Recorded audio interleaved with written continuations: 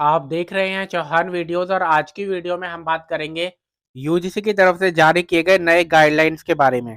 UGC की तरफ से अपनी वेबसाइट पर एक नया नोटिस जारी किया गया है, साथ ही साथ उनकी तरफ से न्यूज़ आर्टिकल में भी जानकारी दी गई है। एक इंटरव्यू दिया गया है vice chancellor professor M Jagdish Kumar जो कि यूजीसी के चेयरमैन है, उनकी तरफ से ये जानकारी दी गई है। तो काफ़ी इंपॉर्टेंट वीडियो है जिसमें हम यूजीसी की जो भी नई गाइडलाइंस आई है उनके बारे में बात करेंगे। तो आप इस वीडियो को इसलिए पूरा जरूर देखें और अंत तक देखें। अगर आपने अभी तक मेरे चैनल को सब्सक्राइब नहीं किया है तो आप चैनल को सब्सक्राइब भी जरूर कीजिए। तो अब सीधा वीडियो की शुरुआत करते हैं।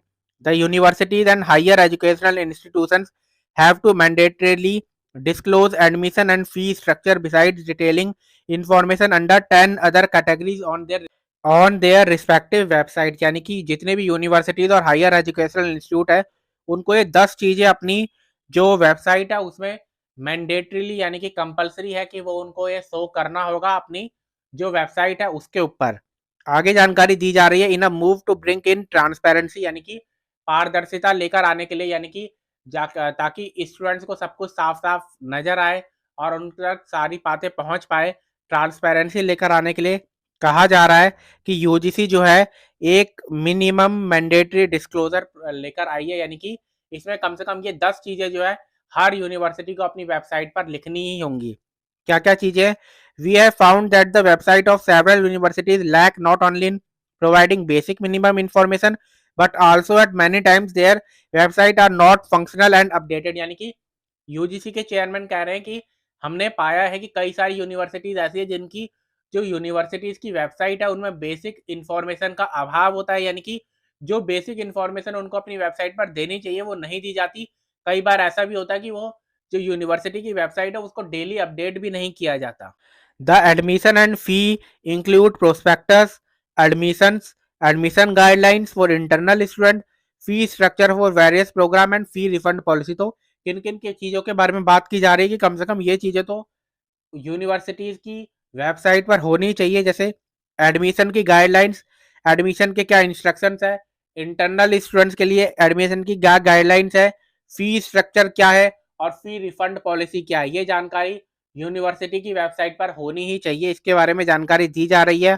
The universities and higher educational institutions according to the UGC must make available information related to their academic programs, यानी कि कौन कौन से एकेडमिक प्रोग्राम एक यूनिवर्सिटी करवा रही है उसकी जानकारी उनकी वेबसाइट पर होनी चाहिए। दूसरे नंबर पर जानकारी दी जा रही है एकेडमिक कैलेंडर क्या है उनका, कब एग्जाम होते हैं, कब असाइनमेंट सबमिट करने हैं, कब उनका क्या पूरा शेड्यूल होता है एकेडमिक कैलेंडर वो उनका जारी होना चाहिए। तीसरा क्या बता रहे हैं, उसके बाद स्कूल कौन कौन से, डिपार्टमेंट कौन कौन से उनके अंदर स्कूल है, यानी कि स्कूल ऑफ साइंस है, स्कूल ऑफ सोशल साइंस है, ये सारी जानकारी भी होनी चाहिए। उसके बाद आपके फैकल्टी के डिटेल्स होनी चाहिए फोटोग्राफ के साथ और मोबाइल नंबर के साथ, यानी कि जो भी फैकल्टी आपकी किसी भी स्कूल के अंदर किसी भी विषय को पढ़ा रही है तो उसकी जानकारी होनी चाहिए कि ये विषय कौन सा फैकल्टी जो है पढ़ाएगा और उनके फोटो के साथ पूरी जानकारी होनी चाहिए।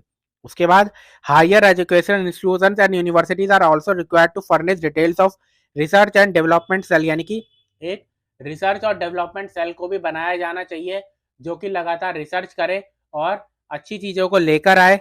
उसके बाद patent, foreign collaboration and industry partnership, यानी कि फॉरेन कोलैबोरेशन के बारे में भी जानकारी होनी चाहिए। They must make available the hostel information, fellowship यानी कि हॉस्टल की इंफॉर्मेशन होनी चाहिए, फेलोशिप की इंफॉर्मेशन होनी चाहिए, अकेडमिक बैंक ऑफ क्रेडिट जो है उसकी जानकारी होनी चाहिए, DigiLocker, NAD portal, national scholarship portal, इन सब की जानकारी जो है होनी चाहिए। नेशनल एजुकेशन पॉलिसी जो 2020 आई थी उसमें ये जानकारी देना मैंडेटरी किया गया था। उसमें कहा गया था कि ये सारी जानकारी हर स्टूडेंट को उसकी यूनिवर्सिटी के जरिए मिलनी चाहिए ताकि वो आगे सही सारे काम कर सके।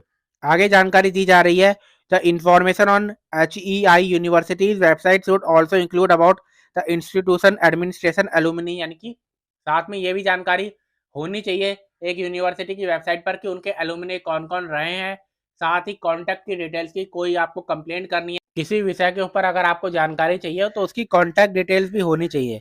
यहाँ पर ये जानकारी दी जा रही है कि एडमिशन और फीस से रिलेटेड क्या जानकारी होनी चाहिए, कॉमन प्रोस्पेक्टस होना चाहिए, एडमिशन एडमिशन की गाइडलाइंस होनी चाहिए, फी स्ट्रक्चर के बारे में जानकारी होनी चाहिए और फी रिफंड के बारे में जानकारी होनी चाहिए। उसके बाद सपोर्ट सर्विसेज में हॉस्टल के बारे में, फेलोशिप या स्कॉलरशिप के बारे में, अकेडमिक बैंक ऑफ क्रेडिट के बारे में, डिजी लॉकर के बारे में और नेशनल स्कॉलरशिप पोर्टल लिंक के भी जो वेबसाइट का लिंक है वो भी यूनिवर्सिटी की वेबसाइट पर होना चाहिए। तो ये सारी जानकारी यूजीसी की तरफ से दी जा रही है कि नई गाइडलाइन जो है उन सभी को फॉलो करना होगा और ये सारी जानकारी हर यूनिवर्सिटी को, हर हायर एजुकेशनल इंस्टीट्यूशन को अपनी वेबसाइट पर देनी होगी। तो ये काफ़ी अच्छा काम है जिससे स्टूडेंट को काफ़ी मदद मिलेगी। उनको अलग अलग तरीके से सर्च नहीं करना पड़ेगा, गूगल के जरिए जो सर्च किया जाता है उसके बजाय वो अपनी यूनिवर्सिटी की वेबसाइट पर जाकर ही ये सारी चीज़ें देख पाएंगे।